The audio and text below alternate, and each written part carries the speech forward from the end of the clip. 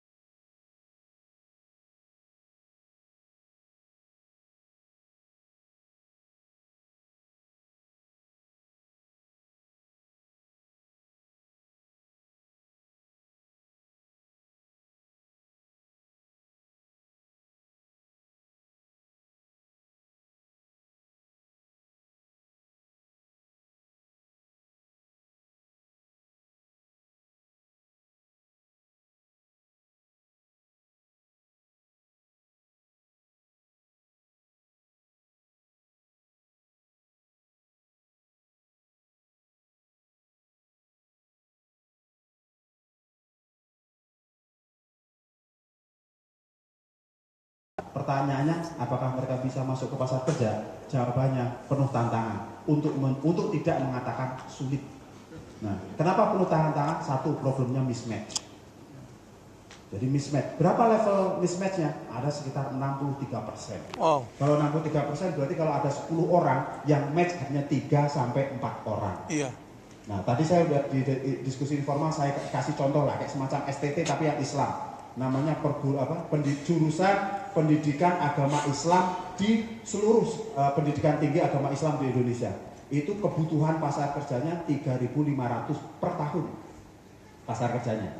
Tapi berapa yang diproduksi oleh perguruan tinggi agama Islam baik negeri dan maupun swasta selama 1 tahun? 35.000. Wow. Nah, jadi berapa? 10%. 10%. Jadi produksi SDM-nya 35.000, pasarnya hanya menyediakan 3.500. Cuman untungnya kalau anak-anak yang jurusan pendidikan agama Islam itu kan masih ada yang bisa tahlil, ada namanya sholawatan segala macam. Jadi akhirnya tetap aja bisa mimpin tahlil di kampung mana, di masjid mana. Jadi adalah kegiatan, kira-kira kan jadi begitu. Nah, tapi ini tantangan. Saya nggak tahu kalau misalnya katakanlah di komunitas Kristen atau di Katolik ya gitu. Jadi gap antara produksi SDM-nya dengan pasar kerjanya berapa. Tapi itu tantangan. Itu problem mismatch. Lalu kenapa sih mismatch bisa terjadi? Banyak faktor, tapi saya akan ambil contoh satu saja. Indonesia ini penduduknya sekitar 258 juta. Anda mau tahu berapa jumlah perguruan tinggi di Indonesia, baik negeri maupun swasta? Tahu nggak? 4.300-an. Oke. Pertanyaannya, 4.300-an dengan jumlah penduduk 258 juta itu cukup atau kurang atau lebih? Kan pertanyaannya itu. Ini belum ngomong soal kualitas, baru ngomong soal jumlah. Nah, paling gampang untuk mengukur soal jumlah ini maupun kualitas kita bandingkan dengan negara lain. Cina penduduknya 1,4 miliar. Mau tahu berapa perguruan tinggi di sana? 2.000-an. Berarti apa? Indonesia ini jumlah penduduknya hanya 1/5 dari China, tapi jumlah perguruan tingginya 2 kali lipat dari China. Nah, sudah kebayang belum kira-kira? Sudah kebayang? Nah, kira-kira hasil produksi SDM-nya kayak apa? Udah kebayang kan? Nah, itu diantara tantangan mengenai kualitas itu. Nah, ini yang pemerintah sekarang ini terus genjot sinergi di antara kementerian, menggenjot untuk pelibatan secara masif industrinya, terus kemudian juga lebih fokus kepada pendidikan maupun pelatihan vokasi agar lebih sesuai dengan kebutuhan di pasar kerja. Itu isu pertama menyangkut soal SDM, kualitas. Yang kedua, kuantitas, jumlah. Jumlah is a matter. Selama ini kita nggak banyak bicara jumlah. Ketika ada tenaga kerja asing masuk, saya sering ditanya oleh teman-teman dari serikat pekerja, Pak Hanif, kalau hanya bangun gedung seperti itu, Indonesia bisa. Orang Indonesia bisa. Kalau hanya bikin itu, Pak, kita bisa. Nggak perlu orang asing. Kalau hanya bangun ini, bangun itu, berinisiatif seperti itu, berinisiatif seperti ini, orang kita bisa. Saya jawab apa? Betul, bisa. Kalau bangunnya di Jakarta semua. Tapi begitu bangunnya misalnya di daerah, ambil masuk ke kabupaten di Sulawesi atau di Sumatera, atau katalah masuk di kabupaten di Jawa Barat saja yang ujung, kayak tempatnya Bu Susi misalnya di Pangandaran sana. Mau bangun, ada investor masuk, mau bangun di sana, butuh 1.000 insinyur. Ketemu nggak insinyur yang hebat di Indonesia? Ketemu nggak? Ketemu insinyur yang hebat. Ya kan? Tapi kalau butuhnya 1.000, nemu 10, nemu 5, bener nggak? Common sense-nya aja kan bisa dirasakan. Jadi kuantitas menjadi penting. Nah, kita ini ada orang-orang hebatnya banyak. Saya ini kebetulan Pak Dirjen Bina Latas nih, Intek terlibat. Kita ini punya namanya ASEAN Skills Competition. Indonesia hampir selalu juara. Robotik kita juara, otomotif kita juara, services kayak spa kita juara. Terus kemudian IT kita juara. Tapi pertanyaannya berapa orang yang juara? Yang kita butuhkannya adalah jumlah juga. Kualitas oke. Jumlahnya gimana? Nah, ini isu mengenai masifikasi inilah yang sering didorong oleh Pak Jokowi. Makanya Pak Jokowi selalu bilang, yang saya butuhkan ini jutaan. Yang dibutuhkan Indonesia ini jutaan pekerja skill. Karena hari ini Indonesia ini, kalau kita pakai data 2016 ya, Indonesia ini masuk ke ekonomi nomor 16 terbesar di dunia. Dengan kekuatan 57 juta pekerja skill. Tahun 2030 Indonesia akan keluar sebagai negara dengan ekonomi terbesar ke-7 di dunia. Syaratnya cuma satu, Indonesia harus punya pekerja skill sebanyak 113 juta. Berarti kalau dihitung dari 2016 ke 2030 ada waktu sekitar 14 tahun. Posisi 2016 57 juta, posisi 2030 harus 113 juta. Berarti kurangnya sekitar 57 juta. Kalau dibagi 14 tahun, berarti per tahun sekitar 3,8 juta atau 3,7 juta per tahun tenaga kerja skill yang harus kita siapkan. Nah, sementara tadi level mismatch-nya kita masih tinggi. Nah, ini tantangan-tantangan yang dihadapi terkait dengan masifikasi itu. Nah, oleh karenanya pemerintah melalui berbagai program termasuk kerjasama dengan industri, misalnya di Kementerian Tenaga Kerja kita genjot yang namanya pemagangan 1 tahunnya kita tingkatkan, yang tadinya hanya sekitar 50.000 kita genjot menjadi 400.000 setahun. Jadi anak-anak kita magangkan di industri, tapi magangnya bukan magang model dulu. Kalau magang model dulu kan magang yang disuruh fotokopi, magang yang disuruh bikin fotokopi, suruh beliin rokok dan segala macam. Kenapa? Karena nggak ada sistemnya. Nah, sekarang sudah kita buat sistem pemagangannya yang lebih terukur, lebih sistematik, lebih terencana, sehingga anak-anak magang itu nanti begitu selesai magang mereka bisa disertifikasi profesinya. Itu soal kuantitas. Nah, yang ketiga adalah soal persebaran. Nah, persebaran itu menjadi penting karena sekali lagi kadang sumber daya manusia kita ini berkualitas, jumlahnya cuma sedikit. Nah, dan numpuknya misalnya di Jabodetabek. Begitu masuk ke daerah-daerah kita kurang. Ada orang yang bagus, ada SDM yang unggul, tapi jumlahnya bisa begitu. Nah, sehingga ketika investasi masuk ke daerah-daerah itu masih terhambat. Nah, repotnya sekarang ini politik kita kan lagi didominasi oleh apa yang saya sebut sebagai semacam populisme. Ya kan?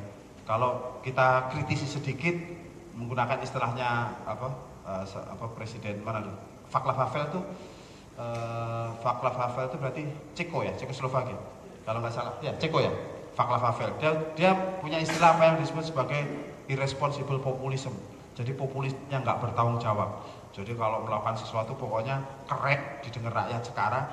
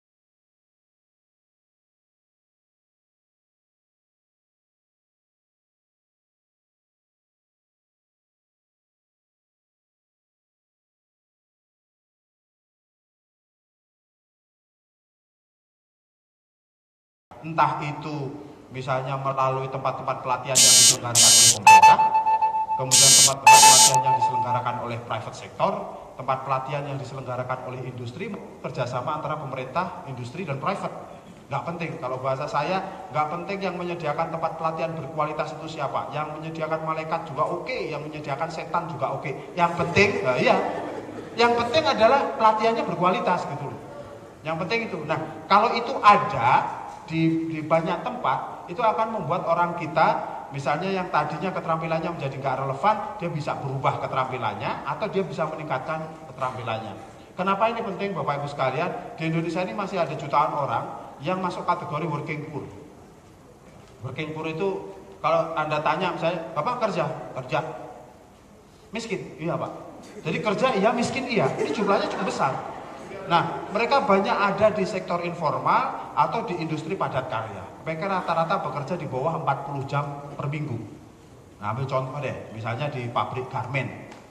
Coba, pabrik garment, itu ada ibu-ibu kerja di sana. Kerjanya tiap hari cuma masang kancing baju.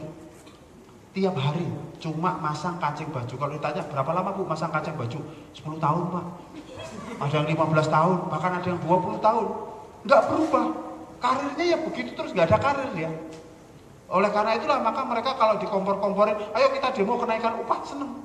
Kenapa? Karena upah mereka hanya bisa naik kalau upah minimumnya naik. Kenapa kok begitu? Ya karena mereka hanya lulusan SD SMP mayoritasnya. Nah sehingga dengan tadi kalau ada akses dan mutu untuk vocational training maupun retraining, orang-orang kayak gini yang masuk kategori working poor ini, mereka bisa meningkatkan keterampilannya. Sehingga kalau keterampilan kompetensinya naik, jabatannya juga naik, upahnya juga naik, kesejahteraannya jadi naik. Nah ini apa yang coba dilakukan oleh pemerintah. Nah yang kedua, terkait dengan masalah responsivitas terhadap perubahan itu, satu adalah penguatan akses dan mutu vocational training dan retraining. Yang kedua adalah penyiapan 2 skema kebijakan sosial untuk membackup mengenai akses mutu itu. Nah itu kita menyebutnya sebagai Skills Development Fund. Jadi skema pembiayaan pelatihan. Yang kedua namanya Unemployment Benefit atau tunjangan untuk korban PHK. Jadi bukan tunjangan untuk pengangguran. Kalau di Eropa kan orang nganggur dikasih subsidi. Kalau ini konsepnya bukan itu, tapi orang yang kena PHK dikasih subsidi keluarganya dalam kurun waktu tertentu. Nah, ini 2 kebijakan sosial ini yang yang coba dikaji sekarang oleh Kementerian Tenaga Kerja dan Kementerian Keuangan. Kenapa ini penting? Karena orang Indonesia itu takut 2 hal. Satu, takut PHK. Yang kedua, takut outsourcing. Kenapa takut PHK? Karena PHK sama dengan kiamat. Nah, kenapa takut outsourcing? Karena outsourcing sama dengan PHK, PHK sama dengan kiamat. Jadi sama aja, kira-kira gitu. Nah, oleh karenanya maka harus ada pelatihan berkualitas yang semakin banyak di berbagai tempat. Lalu kemudian ada dukungan kebijakan sosial yang bernama Skills Development Fund dan Unemployment Benefit. Dengan konsep itu maka bayangannya kira-kira akan begitu. Kalau misalnya ada katakanlah orang sebut saja misalnya namanya Sunarto misalnya. Sunarto ini kerja, katakanlah misalnya ke Pak Konrad, kerja ke Pak Konrad lalu kena PHK. Nah, ketika dia kena PHK, itu dia bisa langsung masuk ke tempat pelatihan. Entah itu pelatihannya punya pemerintah, punya swasta, punyanya setan, malaikat, hantu blau, nggak masalah. Begitu kena PHK, masuk ke tempat pelatihan. Pertanyaan pertama muncul, siapa yang biayai pelatihan? Itu namanya Skills Development Fund. Nah, pertanyaan kedua, kalau si Sunarto ini umur 30 tahun, istrinya 1, anaknya 2 deh. Ya, kita nggak bicara yang lebih banyak dari itu, yang misalnya istrinya lebih dari 1, anaknya lebih dari 2. Nah, kita ambil yang minimalis dulu. Ya. Siapa yang biayai keluarganya pada saat dia pelatihan? Karena si Narto ini kalau dia pelatihan, dia pagi-pagi pamit sama istrinya, Bu, aku pergi dulu kemana? Mau pelatihan. Kamu tuh suami, kalau suami itu cari duit bukan pelatihan. Kan kira-kira akan dijawab begitu. Nah, itu jadi persoalan. Makanya agar si Sunartonya ini tenang, begitu dia masuk ke tempat pelatihan, pembiayaan pelatihannya ada namanya Skills Development Fund. Untuk keluarganya yang di rumah ada namanya Unemployment Benefit. Misalnya range waktunya let's say 3 sampai 6 bulan.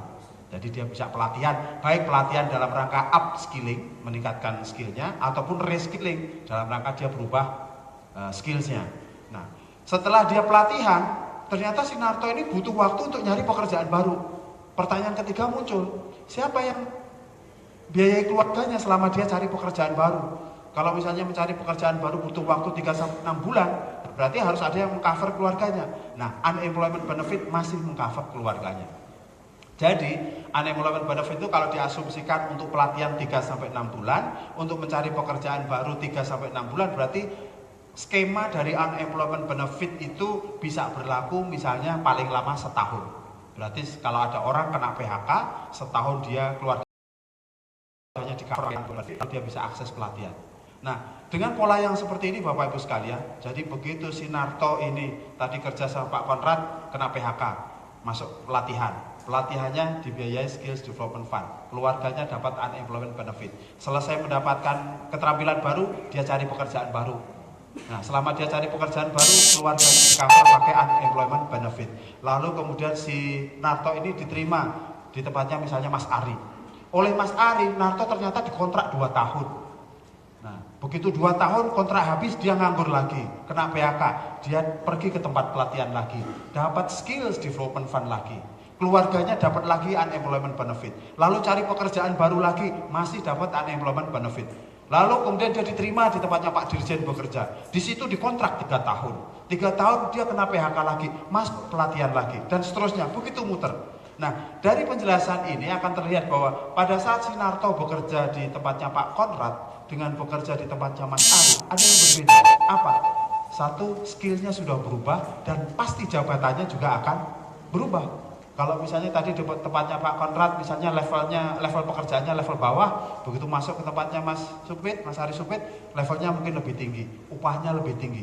Begitu nanti bergeser ke tempatnya Pak Dirjen, karena dia udah melalui pelatihan dulu, upahnya juga akan lebih tinggi dan seterusnya. Nah, skema ini memungkinkan orang Indonesia untuk mengalami apa yang disebut sebagai lifelong learning dan lifelong employability.